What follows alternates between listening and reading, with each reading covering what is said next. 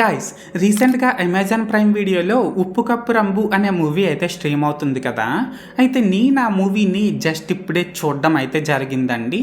So ఈ వీడియోలో మనం ఏంటంటే అసలు ఆ మూవీ ఎలా ఉంది ఏంటి అనేది డిస్కస్ చేద్దాం, ఓకేనా. అయితే ఇక్కడ ఫస్ట్ ఆఫ్ ఆల్ ఈ మూవీలో స్పాయిలర్స్ లేకుండా బేసిక్గా స్టోరీ లైన్ ఏంటంటే గైస్, చిట్టి జయపురం అనే ఒక విలేజ్లో ఒక ఆచారం అయితే ఉంటుందండి. అదేంటంటే ఆ ఊర్లో ఎవరైనా చనిపోయారనుకోండి, ఆ శవాల్ని ఆ ఊరికి ఉత్తరాన ఉన్న శ్మశాన వాటికలోనే పాతి పెట్టాలన్నమాట. ఈ ఆచారం అయితే ఉంటుంది ఆ ఊరికి.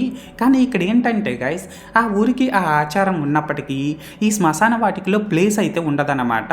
ఈ శ్మశాన వాటికి మొత్తం కూడా సమాధులతో ఫిల్ అయిపోయి ఉంటుంది.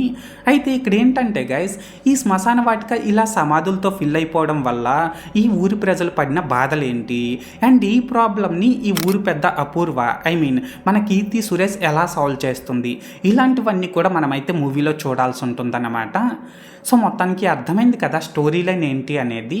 అయితే ఇప్పుడు ఈ మూవీలో నాకు కనిపించిన ప్లస్ పాయింట్స్ ఏంటి అనే విషయానికి వచ్చినట్లయితే గైస్, ఈ మూవీలో యాక్ట్ చేసిన యాక్టర్స్ అందరూ కూడా పర్లేదండి. వాళ్ళ క్యారెక్టర్స్కి తగ్గట్టు వాళ్ళు బాగానే పెర్ఫామ్ చేశారు. ఎస్పెషల్లీ ఇక్కడ ఏంటంటే గైస్, శవాల్ని పాతిపెట్టే చిన్న అనే క్యారెక్టర్లో మన సుహాస్ అన్న, అండ్ ఒక ఇన్నోసెంట్ ఊరి పెద్ద క్యారెక్టర్లో మన కీర్తి సురేష్, వీళ్ళిద్దరు కూడా చాలా బాగా పెర్ఫామ్ చేశారనే చెప్పాలండి. అలాగే ఈ మూవీలో అక్కడక్కడ వచ్చిన కామెడీ కూడా బాగానే వర్కౌట్ అయిందన్నమాట. ఇంకా ఇందులో cinematography work, BGM, production values ఇవన్నీ కూడా పర్లేదండి. అండ్ సాంగ్స్ కూడా పర్లేదు, బాగానే ఉన్నాయి.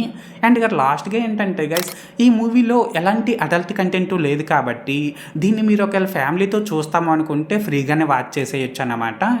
సో మొత్తానికి ప్లస్ పాయింట్స్ విషయానికి వచ్చినట్లయితే ఇదన్నమాట మ్యాటర్. అండ్ ఇప్పుడు ఈ మూవీలో నాకు కనిపించిన మైనస్ పాయింట్స్ విషయానికి వచ్చినట్లయితే గైస్, ఈ మూవీలోని కాన్సెప్ట్ అయితే కొత్తదే అయినప్పటికీ దాని ప్రెజెంటేషన్ ఫ్రెష్గా లేకపోవడంతో పాటు ఈ మూవీలోని స్టోరీ నెరేషన్, స్క్రీన్ ప్లే ఈ రెండు కూడా స్లోగా ఉండడం వల్ల మూవీ మొత్తం చాలా ప్రిడిక్టబుల్గా అండ్ బాగా స్లోగా రన్ అవుతుందండి.